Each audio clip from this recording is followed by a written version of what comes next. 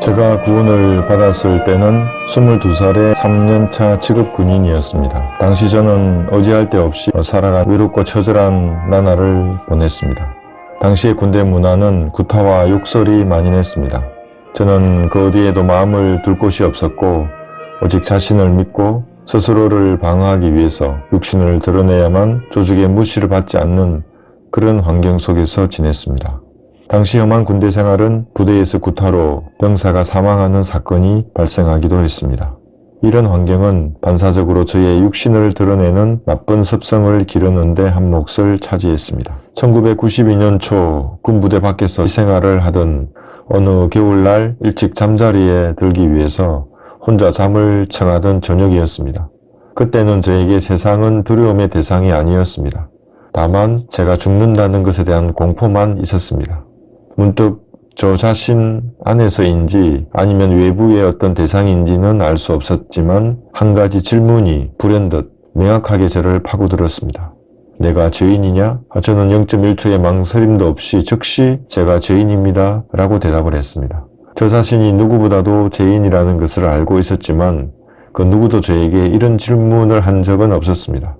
저의 대답이 끝나는 순간 즉시 다음 질문이 이어졌습니다. 예수님은 왜 십자가에 매달렸느냐? 또 저는 대답했습니다. 네, 죄인을 위해 십자가에 매달렸다고 들었습니다.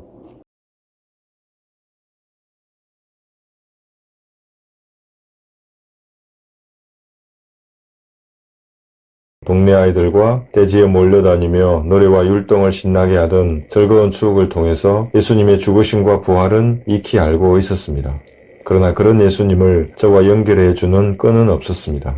초등부 연극을 할 때는 제가 예수님의 역할을 맡기도 했습니다. 제가 답변을 하자 다음 질문이 다시 제 가슴에 정확하게 박혔습니다. 그렇다면 너를 위해 달린 것이 아니냐?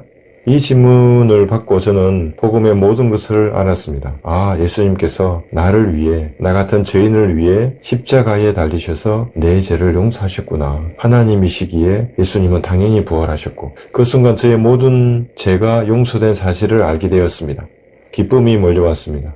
너무나 기뻐서 이불을 감싸고 오른쪽으로 대굴대굴 굴렀고 다시 왼쪽으로 대굴대굴 구르며 내 죄가 모두 용서된 사실에 혼자서 어찌할 줄 몰라 기뻐했습니다.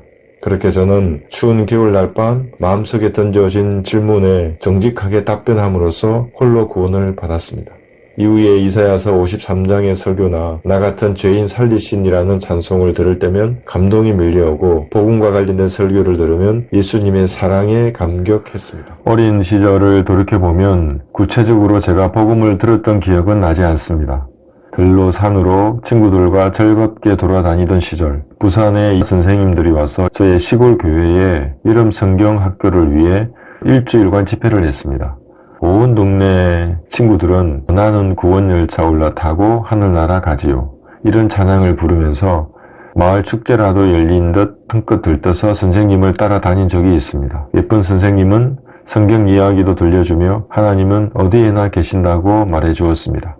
그때 제가 선생님, 당농 속에도 하나님이 계십니까? 이런 질문을 했는데 하나님은 모든 곳에 계신다고 대답하신 선생님이 아직도 기억에 남습니다.